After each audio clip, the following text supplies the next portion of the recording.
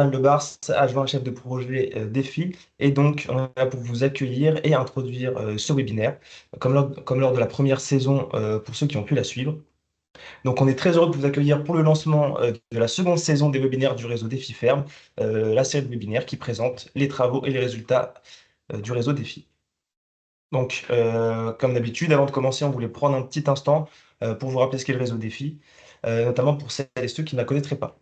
Donc, le réseau Défi, c'est un réseau multipartenarial financé dans le cadre du plan Ecofito pour réaliser deux missions. La première, c'est d'accompagner des agriculteurs et des agricultrices dans leur démarche de réduction des produits phytosanitaires et plus globalement dans leur changement de pratique. La deuxième, c'est de produire des connaissances et des références appropriables sur les pratiques et les systèmes de production à bas niveau d'utilisation de produits phytosanitaires. Donc aujourd'hui, ces connaissances et ces références, elles se construisent à la fois sur des essais de terrain, sur des retours d'expérience, mais aussi sur la collecte de données, sur les systèmes de culture. Et donc aujourd'hui, le réseau Défi, c'est un peu plus de 2000 agriculteurs et agricultrices volontaires engagés pour faire évoluer leurs pratiques agricoles dans l'objectif de réduire leur utilisation de produits phytosanitaires. C'est également 41 postes d'expérimentation qui testent et qui évaluent des systèmes de culture innovants qui utilisent les produits phytosanitaires en ultime recours. Cette seconde vague de 41 projets touche à sa fin à la fin de cette année et laissera place dès 2025 à une troisième vague de projets d'expérimentation. Le réseau Défi, il est présent sur l'ensemble du territoire métropolitain et ultramarin. Il couvre l'ensemble des filières de production végétale et rassemble les principaux acteurs de la recherche et du développement en agriculture. Pour les citer rapidement, le réseau Défi rassemble les chambres d'agriculture, le réseau CIVAM, le réseau Bio, les instituts techniques et les organismes de recherche avec notamment l'INRAE et le CIRAD. Pour plus de détails sur le réseau, vous pouvez retrouver toutes les informations concernant le réseau Défi, soit Défi Ferme et Défi XP, sur notre page Ecophytopic. Donc retrouvez dès maintenant le lien dans le chat en description. Et donc pour ce premier épisode de la saison 2, nous allons parler de couverts végétaux avec nos deux ingénieurs réseau du jour, Amélie et Benoît. Donc je laisse maintenant la main à Morgane pour introduire le sujet en vous souhaitant à tous un très bon webinaire.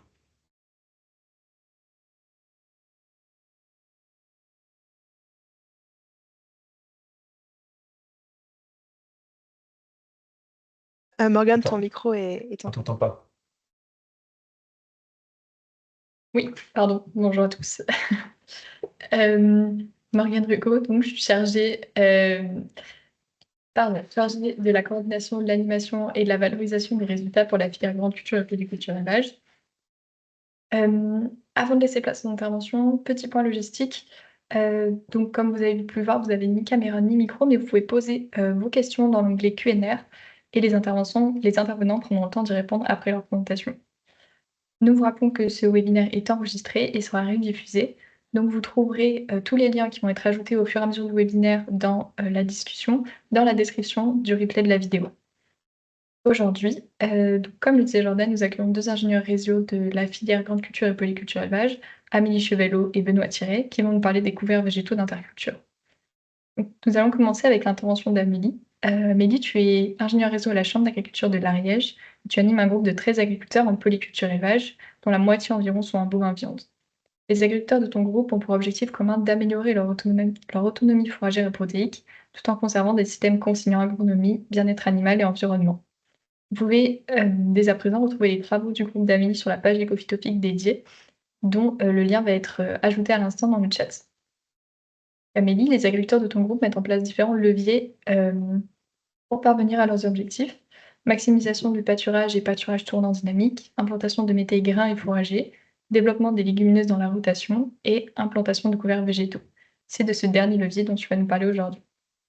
Amélie, je te laisse la main pour ta présentation.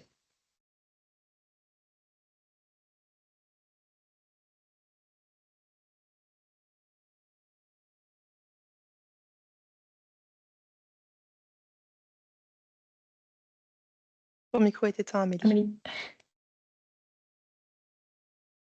Vous voyez bien?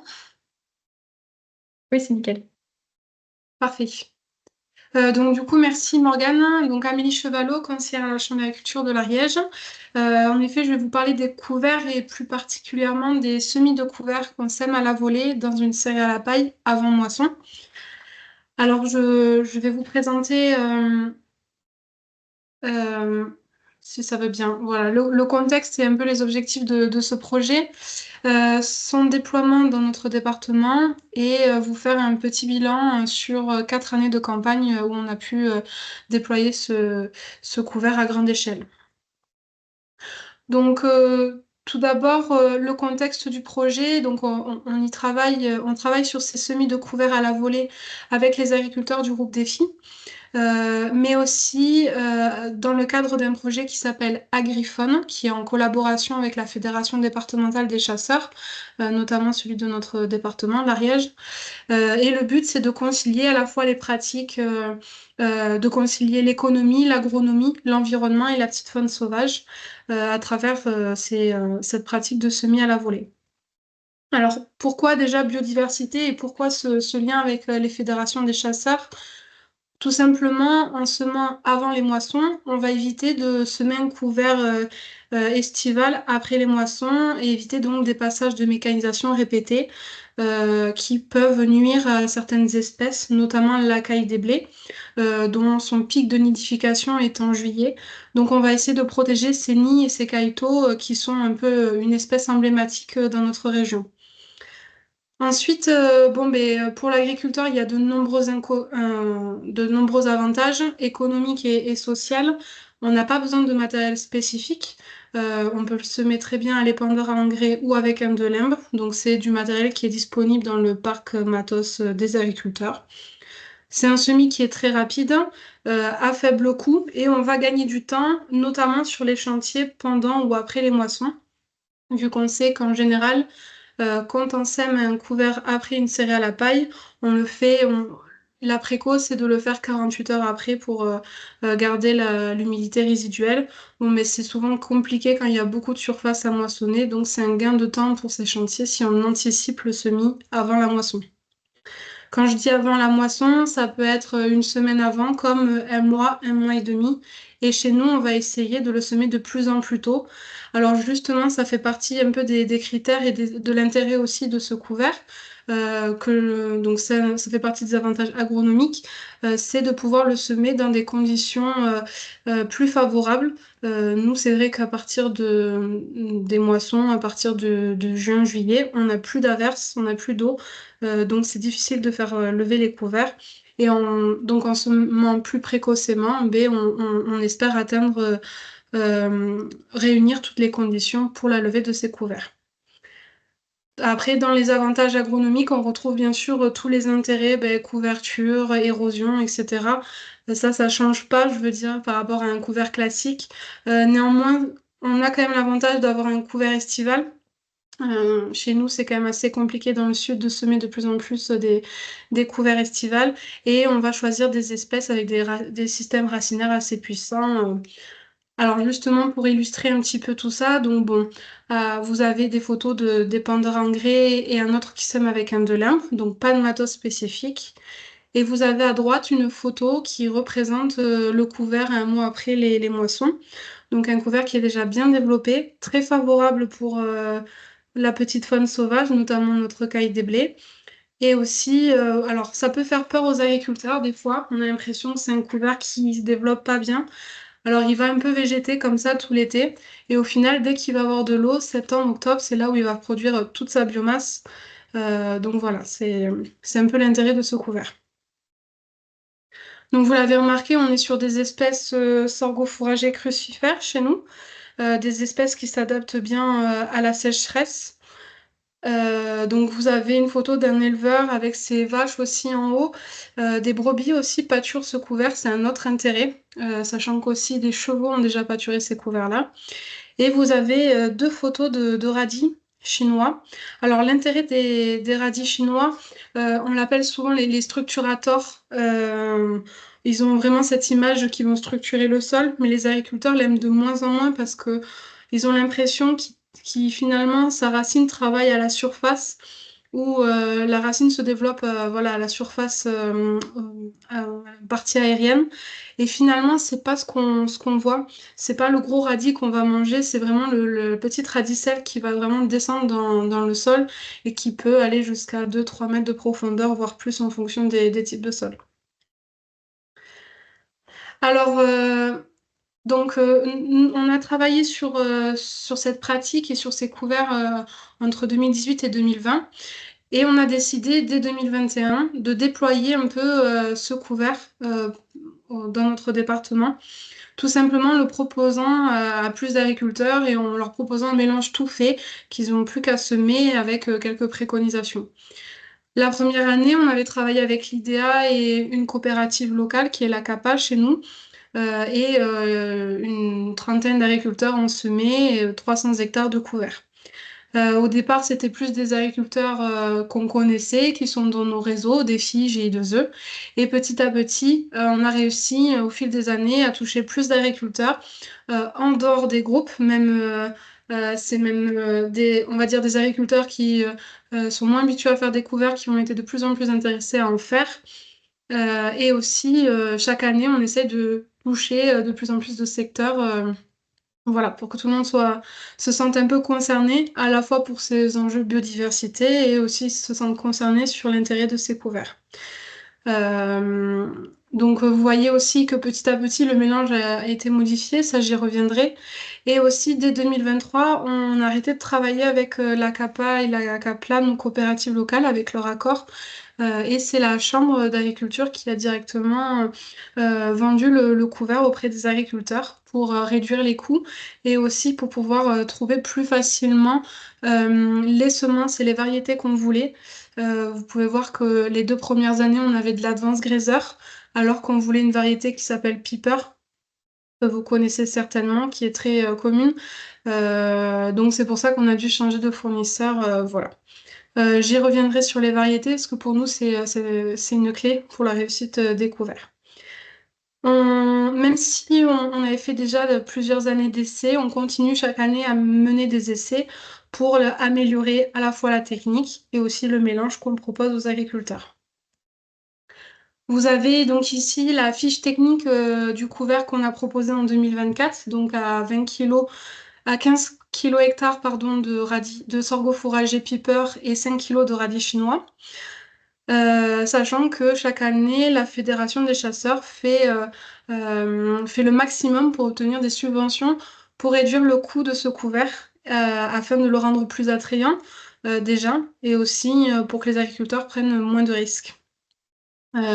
L'objectif quand même est de petit à petit d'augmenter le prix de ce couvert, enfin en tout cas de réduire la part de subvention pour que les agriculteurs à la fin puis l'achètent à son juste prix et voilà, soient convaincus de la technique.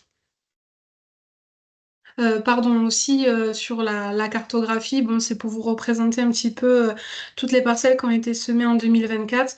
On arrive à toucher maintenant toutes les zones du nord de l'Ariège, sachant que c'est là où nous avons des céréales à paille. Dans le sud du département, on est plutôt en zone montagne, donc on n'a pas de céréales et on a moins cet enjeu biodiversité et surtout pour la qualité des blés. Alors, je vous ai parlé de l'avantage de la technique de semis à la volée, mais je vous ai pas encore parlé du couvert. Alors, qu'est-ce qu'on va rechercher dans ce type de couvert? Alors déjà, il faut pas qu'il se trie, bien entendu. Donc, on essaye toujours de mettre le plus d'espèces possible. Aujourd'hui, on a réussi à mettre que 2 espèces, mais plus on va en mettre, moins on a de risques que ça se trie. Il faut qu'ils s'épandent jusqu'à 24 mètres, enfin plutôt 12 mètres de chaque côté quand on sème avec un épandeur en grès, puisque nous, nos passages de traitement en moyenne sont de 24 mètres, voire 28 mètres pour certains. Ça va pas beaucoup plus loin, mais il faut que, en tout cas, la répartition soit homogène et que les agriculteurs repassent sur les passages de traitement et de ferti. Il est hors de question qu'ils refassent des passages juste avant la moisson. Il faut aussi, bon, mais c'est la balistique, hein, il faut avoir des graines rondes pour qu'elles puissent s'épandre à ces distances-là, qu'elles ne se trient pas. Et on avait mis une contrainte supplémentaire, c'était, enfin une contrainte. On s'était dit au départ qu'on n'allait pas enrober notre mélange. Pourquoi? Parce que pour nous, c'était inenvisageable de proposer ce couvert à large échelle et que les agriculteurs, chacun fasse sa petite recette, qu'ils soient obligés de faire des enrobages à base d'argile ou de glucose pour pouvoir toucher le plus d'agriculteurs possible que ce soit des novices ou des agriculteurs confirmés dans les couverts. Les espèces, très important, donc qui doivent s'adapter à la sécheresse. Chez nous, si on fait le tour rapidement, on retombe toujours sur les mêmes, même si c'est en semi-direct ou à la volée. C'est les sorgho fourragers et les crucifères. Les légumineuses, c'est un peu notre point noir. On a du mal à les mettre. Alors déjà, ben, l'été, et aussi ben, là, dans ces conditions de semis à la volée, il faut qu'elles puissent germer, puisqu'il faut se rendre compte quand même qu'on jette des semences, qu'elles tombent par terre et on va pas, avec un rouleau ou autre, améliorer le contact sol-graine. Voilà, donc c'est quand même des conditions rudes. Et c'est pour ça aussi que l'espèce, il ne faut pas s'arrêter seulement à l'espèce, mais aussi aux variétés. Ça, on l'a très vite compris dans nos essais. Il y a des variétés qui vont mieux s'adapter à ces conditions de semis à la volée. Alors en effet, c'est un bilan qu'on a fait très vite, grâce surtout à ces 4 années de déploiement dans notre département. Notamment avec le sorgho fourragé Advanced Grazer, c'est ce que je vous disais tout à l'heure. De 2018 à 2020, on travaillait avec du piper, sans vraiment faire de différence entre les variétés. Et puis, quand en 2021 et en 2022, on a eu de l'Advanced Grazer, on s'est rendu compte qu'il réagissait pas du tout pareil que le piper. Alors déjà, il y a une question de PMG. Il a une PMG beaucoup plus gros, donc on va semer moins de graines que le piper. Mais par contre, on voit aussi que à densité équivalente, on a un piper qui va mieux s'adapter quand même à ces conditions-là, alors que l'Avance Grazer, il va avoir besoin de beaucoup plus d'eau pour germer comme ça à la surface. Donc voilà, ça c'est la première année, c'est un peu le bilan qu'on a pu faire. Et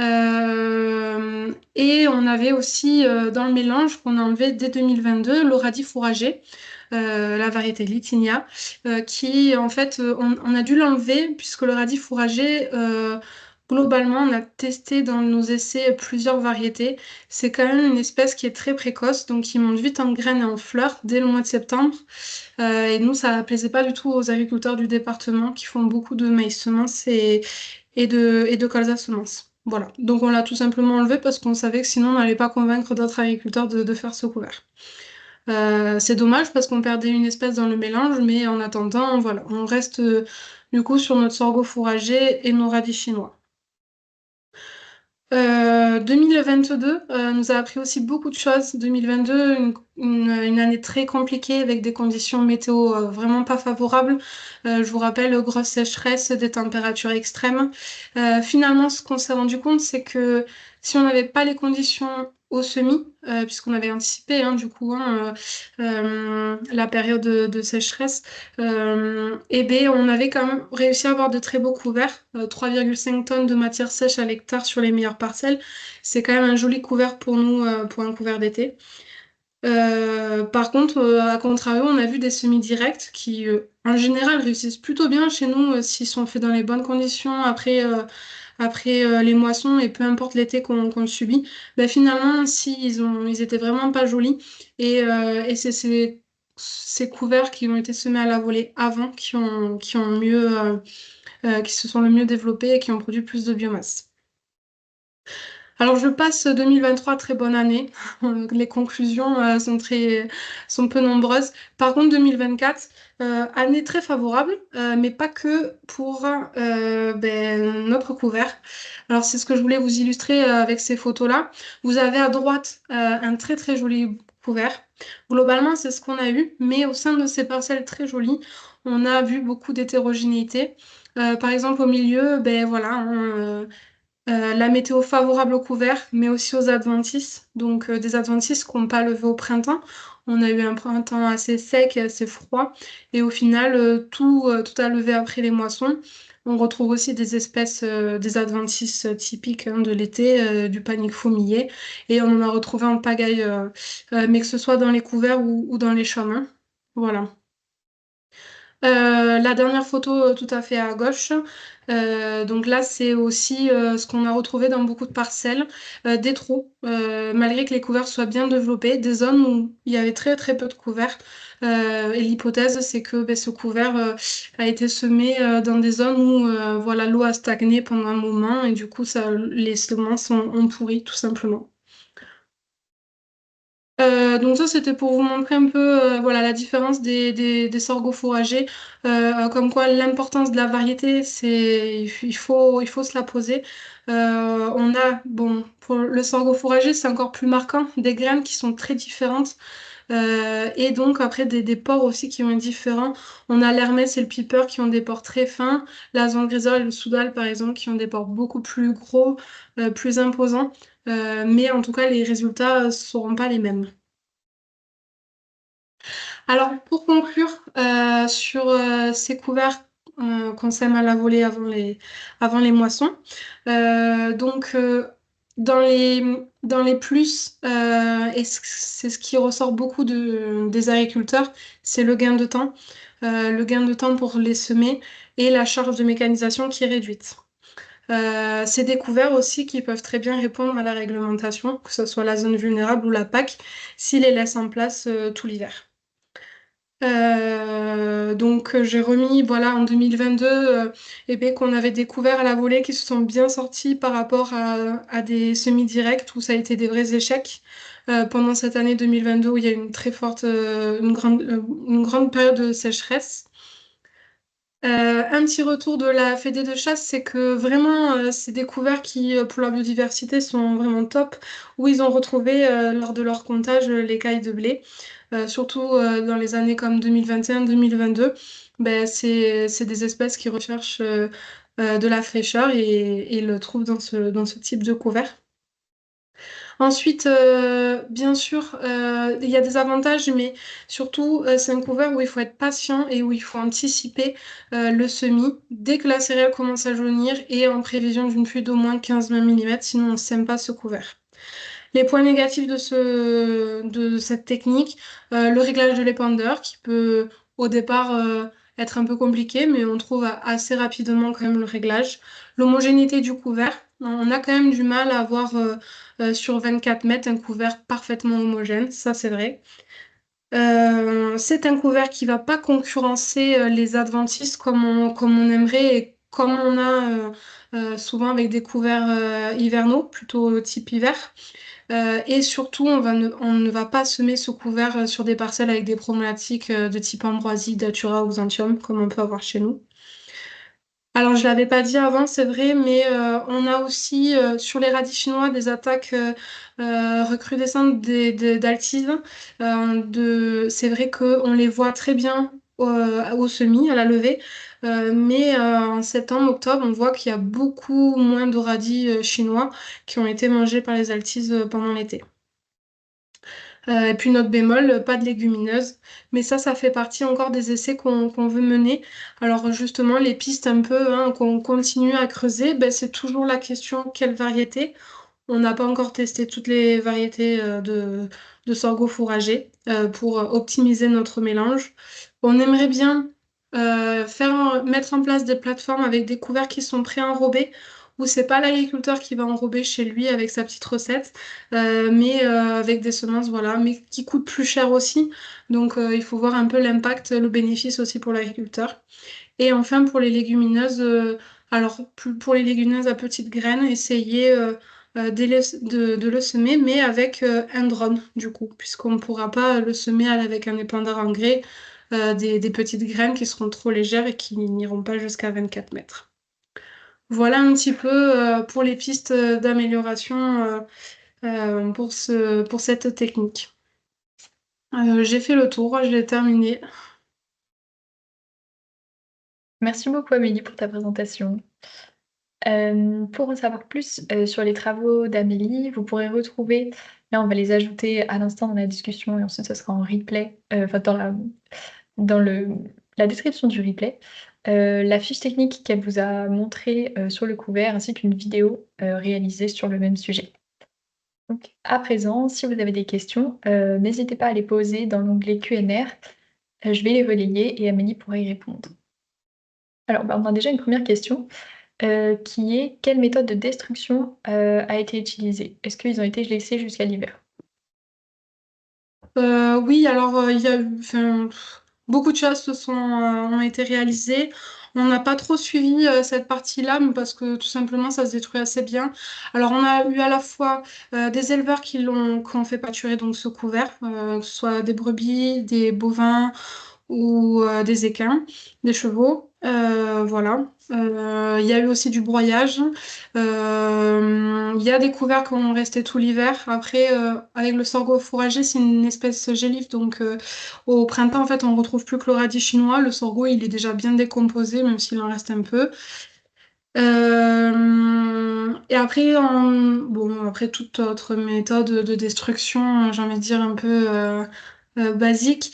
Ce qu'on essaye aussi de plus en plus, c'est des sursemis de couverts. Donc on détruit partiellement notre couvert ou on le broie et par-dessus on va semer soit avec un semoir semi-direct à dents ou à disque, plutôt à disque ou avec un passage de déchômeur à disque. On va ressemer dedans une espèce comme de la févrole et on va le détruire comme un couvert d'hiver au printemps. Voilà. Oui, merci. Euh, Ensuite, on a une autre question. Est-ce que vous avez testé différentes variétés de radis chinois et de radis fourragés?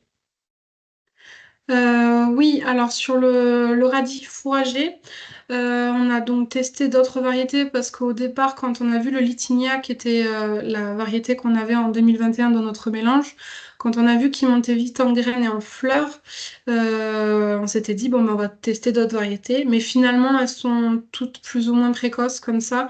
On a essayé le Mercantor et l'Anaconda. Mais les trois variétés, dans ces conditions de semis à la volée, arrivent quasiment à floraison en même temps. Par contre, on a des résultats très différents l'hiver, avec ce type de variété semée à l'hiver. Pour le Ok. radis chinois, j'ai pas répondu. Le radis chinois, a priori, il n'y a pas de différence variétale. C'est ce qu'on nous avait dit un petit peu, c'est ce qu'on avait eu comme information auprès des semenciers. Mais quand même, on a de plus en plus de doutes. Donc l'année prochaine, on aimerait bien quand même tester une variété, plusieurs variétés, enfin plusieurs noms commerciaux. Alors est-ce que c'est plutôt une question de variété ou plutôt d'exigence de certains semenciers, je sais pas trop, mais en tout cas, il y a quelque chose à creuser sur les radis chinois. Ok, ça marche.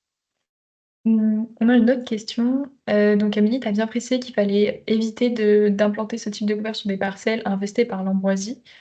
Et est-ce que vous avez testé sur des parcelles où il y avait de l'ambroisie? Et si oui, quels ont été les résultats?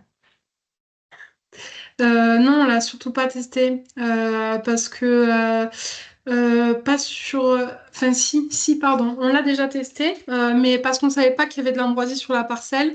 Heureusement, c'était une parcelle qui est où c'était chez un éleveur qui avait des brebis, donc il a pâturé très tôt. Mais en fait, l'ambroisie prend le dessus sur le couvert, hein. C'est impressionnant. Et puis l'ambroisie va monter plus vite en graines que notre couvert, donc il faut le détruire beaucoup plus tôt. Donc il n'y a pas vraiment d'intérêt à semer ce type de couvert dans ces parcelles avec des grosses problématiques comme l'ambroisie. Ok, ça marche. Euh, Encore une autre question. Tu parlais tout à l'heure du semis et tu disais qu'on pouvait semer soit les pandères en grès, soit au dolimbe. Donc, qu'est-ce qui est la meilleure solution finalement? Qu'est-ce que vous avez le plus pratiqué? Ça dépend un peu des agriculteurs, du matériel, celui qui arrive le mieux à régler. Alors, en fait, l'avantage, les pandeurs en grès, c'est qu'on peut mettre plusieurs sacs. Quoique, on préconise quand même au début de mettre qu'un sac pour voir combien il arrive à faire d'hectares, pour voir s'il respecte bien la densité de semis. Après, ceux qui ont des peseurs embarqués, ça pose pas de problème. Après, c'est vrai qu'avec le Dolem, on arrive à être plus précis et peut-être aller un petit peu plus loin. Mais on a la contrainte de devoir mettre un sac par un sac parce que c'est des volumes. On peut mettre de très petits volumes dans ces distributeurs. Ok, ça marche. Merci Amélie. Euh, Je crois qu'on n'a pas d'autres questions. Donc, on va passer à la suite de cette intervention avec Benoît. Ah, attendez. J'ai une dernière question. On a un peu de temps, donc désolée Amélie, je reviens pour une dernière petite question. Est-ce que tu reviens. peux nous préciser la densité de la céréale, du coup, j'imagine, dans laquelle et est-ce que vous réalisez les semis Ah à la oui, volée? classique. Enfin, je les ai pour les agriculteurs qu'on a suivis, mais en fait, il n'y a pas de question à se poser sur la densité. C'est vrai que plus il est dense, ça nous inquiète. Mais finalement, vu qu'on le sème quand les céréales commencent à jaunir, il y a pas vraiment de concurrence avec le couvert. Donc, peu importe la densité. Mais chez nous, ils sèment entre 130 et 200 kilos hectares. Donc, enfin, ça dépend des variétés et ça dépend des types de sol. Ok, merci Amélie. Bon, Avec donc plaisir. cette fois, on va pouvoir passer à l'intervention de Benoît. Donc, Benoît, tu es ingénieur réseau à la Chambre d'agriculture de la Creuse et ton groupe se compose de 12 agriculteurs en polyculture élevage, principalement spécialisés en bovins allaitants. L'objectif commun du groupe est d'améliorer l'autonomie fourragère des exploitations tout en conservant des systèmes base IFT et en limitant le travail du sol. Tout comme Amélie, vous pouvez retrouver l'ensemble des travaux de la page du groupe de Benoît sur sa page groupe Ecophytopic. Le lien va être ajouté dans le chat. Donc, notamment, Benoît, tes agriculteurs introduisent des couverts végétaux d'interculture dans leur rotation, ce qui a pour avantage d'améliorer la structure du sol, le recyclage des éléments nutritifs et de participer à la lutte contre les adventices et les ravageurs. Aujourd'hui, tu vas nous parler plus précisément de ce levier au travers d'essais que tu as menés avec ton groupe. Benoît, je te laisse la main sur ta présentation.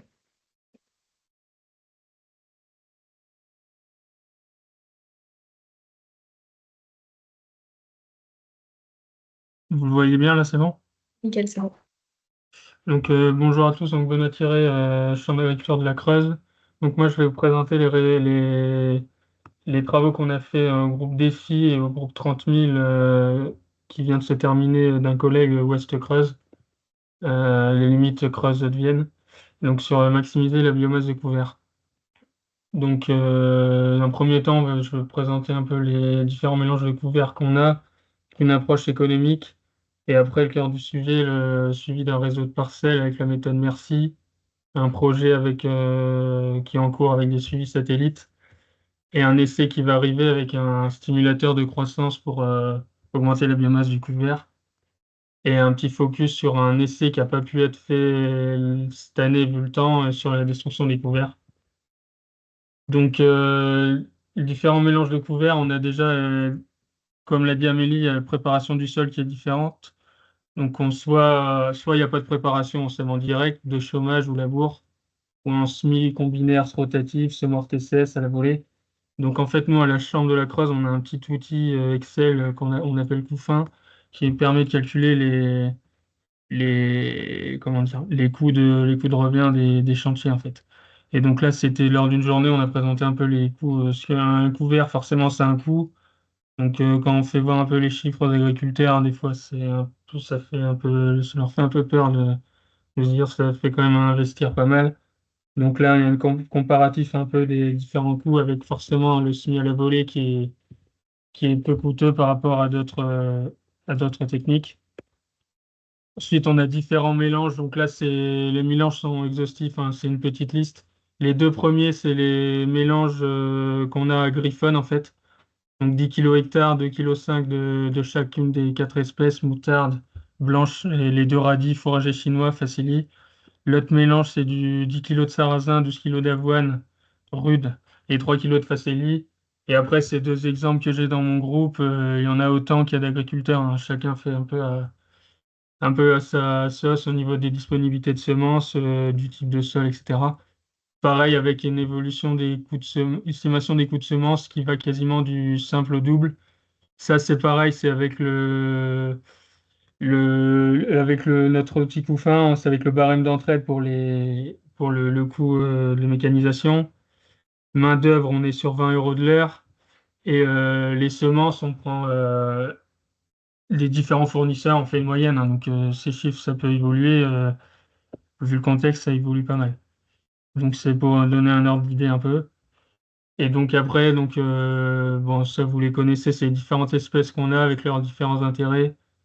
À voir en fonction des parcelles, des agriculteurs, ça varie pas mal en fonction de l'objectif de son couvert. Donc ensuite, nous, on a un réseau de parcelles. On avait une dizaine de parcelles dans mon groupe défi et peut-être autant dans le réseau 30 000. En fait, on faisait en lien avec la méthode que je vous présentais plus tard avec les suivis satellites. C'est pas nous qui sont venus faire les mesures, mais j'ai fait quelques mesures sur des parcelles de mes agriculteurs. Donc là, on fait la biomasse en fait. Donc on fait ça. On en a fait une là il n'y a pas très longtemps. On fait ça courant décembre, courant l'hiver. En fait, on prend trois placettes de 1 m² qui représentent un peu la parcelle. Donc on prélève et on trie et on pèse par espèce. Donc là, c'est un mélange le premier, la moutarde, radis chinois, radis fourragé, facélie, avec des repousses de céréales, raie gras, etc. Donc on a trié, on a pesé chacune des espèces. Et ensuite, nous, l'intérêt de faire ça, c'est de le rentrer dans la méthode Merci. Donc la méthode Merci, c'est développée par la CRANA, par Sébastien Minette, qui fait partie également de défi. Donc en fait, c'est pour méthode d'estimation de restitution des cultures intermédiaires. C'est une calculette qui va permettre de calculer justement la matière sèche aérienne et ce qui a été restitué comme éléments minéraux. Également les valeurs fourragères, si jamais on veut, comme disait Amélie tout à l'heure, pâturer le couvert ou bien faire une récolte, ça peut également arriver ça. Donc en fait, nous dans cette calculette, on va rentrer les caractéristiques de la parcelle, localisation, type de sol et rue, le couvert, ce qu'il y a comme biomasse par mètre carré, donc la répartition de biomasse par mètre carré, gestion des résidus, différentes infos de la parcelle. Ça va nous sortir en fait toutes ces données que vous avez à droite. Donc là, un petit exemple, c'est pour une parcelle, la même parcelle que je vous parlais tout à l'heure des photos. Donc on a fait les mesures biomasse sur 3 fois 1 m². On a sorti donc chaque fois en moyenne par mètre carré 1,95 kg de radis, 50 grammes de facélie, 60 grammes de moutarde, 181 grammes de repousse d'hiver de céréales. Ce qui nous fait une biomasse de 2,2 kg par mètre carré. On rentre ça dans la calculette. Ça nous fait donc, c'est un exemple hein, parmi tant d'autres, 3 tonnes de matière sèche à l'hectare et 125 kg d'azote piégé total. Et ensuite, il y a une formule dont je vous présenterai après qu'on peut jouer sur différents facteurs. Ce qui fait que pour la culture suivante, on a 34 kg d'azote qui est disponible avec la dynamique de minéralisation qui est en bas. Pareil pour PK, le phosphore, potasse, soufre, magnésium, etc. Et vous avez la valeur alimentaire du couvert également. Et donc là, en fait, ça c'est dans le cadre du réseau défi. Dans le cadre du groupe 30 000, le collègue avait fait un comparatif sur la même parcelle, donc précédent orge d'hiver, culture avenir maïs, date de semis 14 août. Donc comme disait Amélie, bon, un peu plus, ça aurait été peut-être mieux de le semer un peu plus tôt pour avoir l'humidité résiduelle, de semer ça courant juillet. Ça n'a pas pu être fait pour des raisons d'organisation, j'imagine. Et donc, en fait, on a comparé plusieurs modalités. Je vous en ai mis deux qui sont assez parlantes. Donc, c'est les deux couverts, justement, les deux couverts Griffon. Celui-là est 10 kg hectare avec une proportion de 25% moutarde, les deux radis et facélie. Et l'autre, sarrasin, avoine brune, facélie. Et donc, en fait, là, c'est la méthode un peu de notation qu'on a pour Agriphone. Moi, ils sont pas tous forcément Griffon, hein, mais on peut se servir de cette grille de notation pour avoir une harmonisation des notations. Donc, on note le taux de couverture. Donc là, vous pouvez voir un taux de couverture donc, de 100%. Le sol était vraiment couvert. On a une note de salissement de 0. Donc, le collègue a fait cette note-là. Comparé à l'autre couvert, on a un taux de couverture, donc c'est sur la moyenne des trois données, hein, des 3 fois 1 m², de 68%.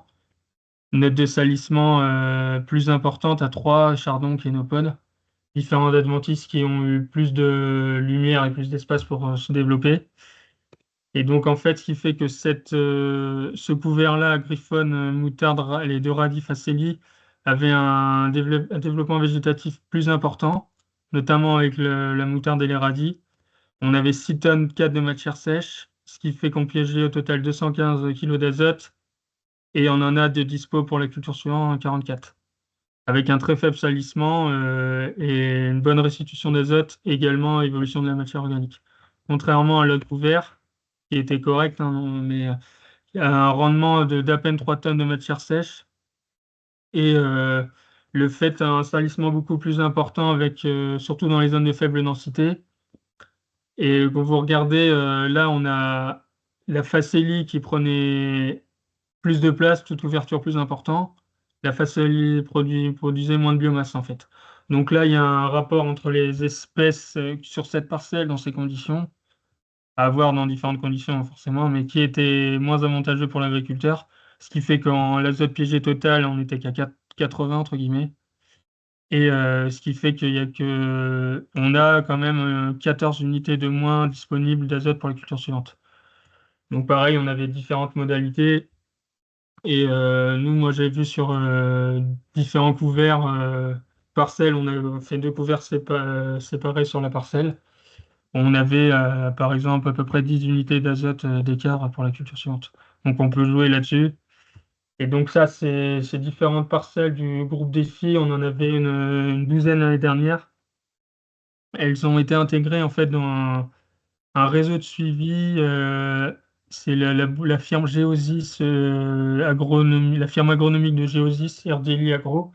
En fait, on leur a donné nos données terrain. Ils en ont fait également, donc les données que je vous ai présentées tout à l'heure. Et en fait, ils vont croiser ça avec l'imagerie satellite qu'ils ont pour faire un peu comme une carte. Dans l'esprit de Farmstar, en fait, d'avoir une carte, là où c'est vert, il y a plus de biomasse, rouge, il y en a moins, pour essayer de jouer, de faire de l'agriculture de précision par la suite. Et donc mettre aussi en évidence, dans le cas de la transition agroécologique sur le territoire, les pratiques stockant du carbone. Donc en fait, nous, ça nous permet de... Ce projet va bientôt être terminé, je crois que c'est un projet de 2 ans, ça permet de croiser les données terrain avec les données de l'imagerie satellite. Donc ensuite, je vous ai présenté tout à l'heure donc la méthode Merci. Donc la méthode Merci, ça permet de nous calculer l'azote total disponible pour la culture suivante. Donc là, souvent, nous, dans notre cas, c'est des intercultures longues avant un maïs ou un tournesol, généralement, quelquefois un sarrasin. Et donc, en fait, cette formule-là, donc on a l'azote total disponible pour la suivante, c'est l'azote total de la plante entière, qu'on multiplie par le pourcentage de minéralisation, qu'on multiplie par le pourcentage qui est pas lixivié. En fait, ces différents facteurs, on peut les faire jouer et ils varient en fonction des différents indicateurs. Donc, on a les choix des espèces, le rapport C sur N, qui, qui est assez important dans cette formule-là. La gestion des résidus, si c'est enfoui, laissé en surface, l'exportation, si c'est gardé, si c'est enfoui, etc. La date de destruction, etc. Et nous, en fait, on peut jouer sur plusieurs facteurs. Et donc là, avant, quand on vous fait voir, on a joué pas mal sur la différence de biomasse aérienne. Donc quand on a plus de biomasse, l'azote total disponible pour la culture suivante, en théorie, est amené à augmenter. Donc pour augmenter cette biomasse, on va mettre en place cette année un essai. En fait, c'est un produit qui est disponible sur le marché. Donc il y a une AMM, hein, qui est classé stimulateur de croissance et développement des plantes. Donc, c'est un produit à base d'oxyde de calcium et de magnésium, d'anhydride sulfurique, et qui permet, en fait, avec des différents catalyseurs, de stimuler le microbiote de la rhizosphère et de stimuler la minéralisation et l'humidification de matières organiques. Donc, c'est un produit qui va être testé. Là, les agriculteurs vont le mettre là, cette semaine ou enfin début novembre.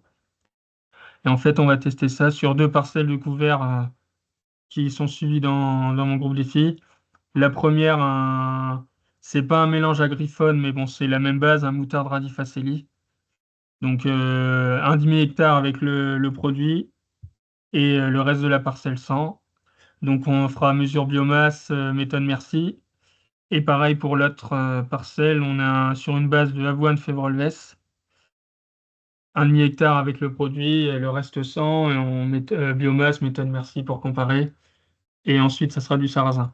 L'idée, c'est de garder de bien conserver, bien mémoriser avec les piquets l'endroit où on a fait l'épandage de ce produit pour également voir l'impact sur la culture suivante, sachant que c'est un produit la dose se met à 80 ou à 100 kg hectare pour 2 ans.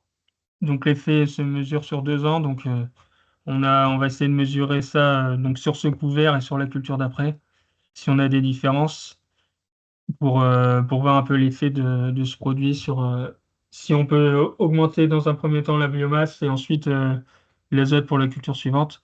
Avec notamment peut-être l'objectif, on va pas le faire sur sarrasin, c'est pas fertilisé, mais de faire une modulation de dose d'azote sur maïs, de faire sur le demi-hectare de maïs qui a été traité avec ce produit, une dose N et une dose de réduire de. C'est un produit qui coûte 50 euros de l'hectare, donc de faire une réduction de coût de la fertilisation azotée sur le maïs. Essayer de jouer là-dessus, de jouer sur un facteur économique. Donc ça, c'est un essai qui va être mis en place cette année. Et ensuite, je vous avais évoqué dans le sommaire un petit focus sur la destruction des couverts. Donc il y avait la volonté, collègue du groupe 30 000, de faire un essai sur destruction de couverts et impact sur la culture suivante. Un peu dans le même raisonnement que notre essai précédemment.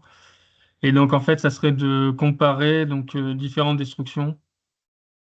On n'a pas mis la destruction chimique à proprement dite, mais sinon on a les deux types de rouleaux, Cambridge, FACA, de destruction broyeur, des chômages ou labour. Il y avait 6 modalités qui étaient testées, donc les 6 modalités du haut, également avec une comparaison des différents coûts que ça peut engendrer.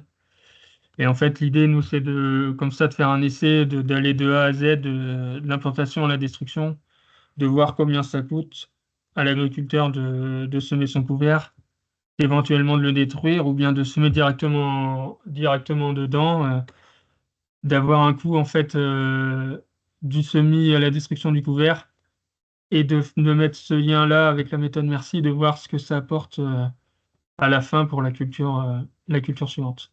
Donc ça, c'est toutes des expérimentations qui sont en cours de réalisation. Cet essai-là n'a pas pu être fait l'année dernière vu des conditions, mais normalement, ça devrait pouvoir se refaire cette année. Voilà. Merci de votre attention. Merci beaucoup, Benoît, pour ta présentation. Si vous voulez en savoir plus sur les travaux du groupe de Benoît, vous pourrez trouver dans le chat à l'instant le détail des résultats de biomasse et de reliquat estimés grâce à la méthode Merci. Donc, ce que Benoît vous a présenté, vous aurez tout le détail sur des documents que vous allez retrouver dans le chat, ainsi qu'un article sur les couverts végétaux. Donc, je vous laisse à présent poser vos questions. Si vous avez des questions sur la présentation de Benoît, vous pouvez les poser dans l'onglet Q&R.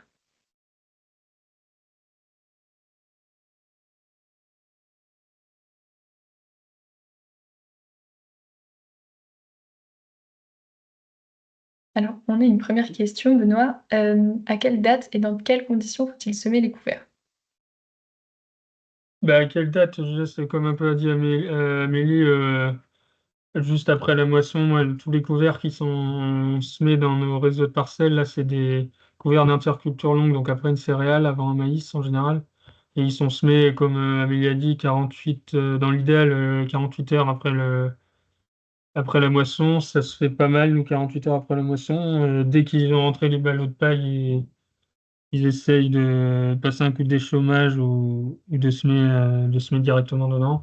Ou sinon, après, c'est au plus tôt courant début août, quoi, courant dans l'été, dès qu'ils peuvent, quoi, le plus tôt possible après la moisson, quoi.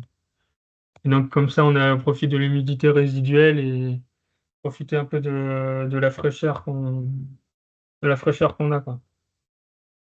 Et après, il y a pas mal on essaye d'éviter par exemple, les désherbants à base de sulfo comme l'Atlantis Archipel, de ne pas semer les couverts trop tôt après ça, parce qu'on a pas mal de rémanence de ce produit-là. Donc, d'essayer de faire attention malgré tout à la rémanence de ces produits, quoi. Ok, ça marche. Merci. Euh, Ensuite, on a une autre question. Tu parlais tout à l'heure des différents modes de destruction des couverts et quel est l'impact de ces différents modes de destruction sur les adventices et sur la culture suivante? Moi, j'ai pas mal d'agriculteurs qui sont en agriculture de conservation, donc forcément passage de glyphosate ou de 4D pour le détruire. Et après, on sème en direct dedans. Après, sinon, il y a différents types de destruction. On a le broyage, plus communément, c'est le broyage. Et après, c'est les différents types de rouleaux faca. Donc après, broyage, il y en a, faut faire attention que forcément pas monter à graines par rapport aux graminées, ce qui est gras, on peut avoir une infestation derrière. Donc après, on n'a pas forcément fait d'essai en lien. Justement, c'était l'essai qui va être mis en place dans le groupe 30 000 pour essayer de voir l'impact de la destruction sur la culture d'après et faire des notations d'adventices derrière, quoi. Si on a si la méthode de destruction a permis de limiter le développement de certains adventices ou pas. Donc ça, c'est des résultats qu'on n'a pas forcément encore aujourd'hui, mais qu'avec les différents mises en place d'essais, qu'on va essayer de voir si on peut voir des différences de levée d'adventices par derrière. Ok. Bon, affaire à suivre. Donc, on pourra suivre les Ouais. résultats de tes essais sur ta page groupe Ecofitopic. J'ai l'impression qu'on n'a pas d'autres questions. Peut-être attendre quelques petites secondes, mais bon, c'est que la présentation devait être suffisamment claire et détaillée.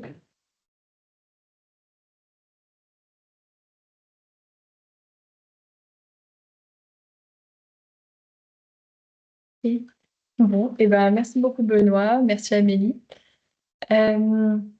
Merci à vous tous et toutes d'avoir suivi ce premier épisode de la saison 2 des webinaires Défi Ferme. Nous espérons que le format et le contenu vous ont plu et que ce webinaire a répondu au maximum à vos questions.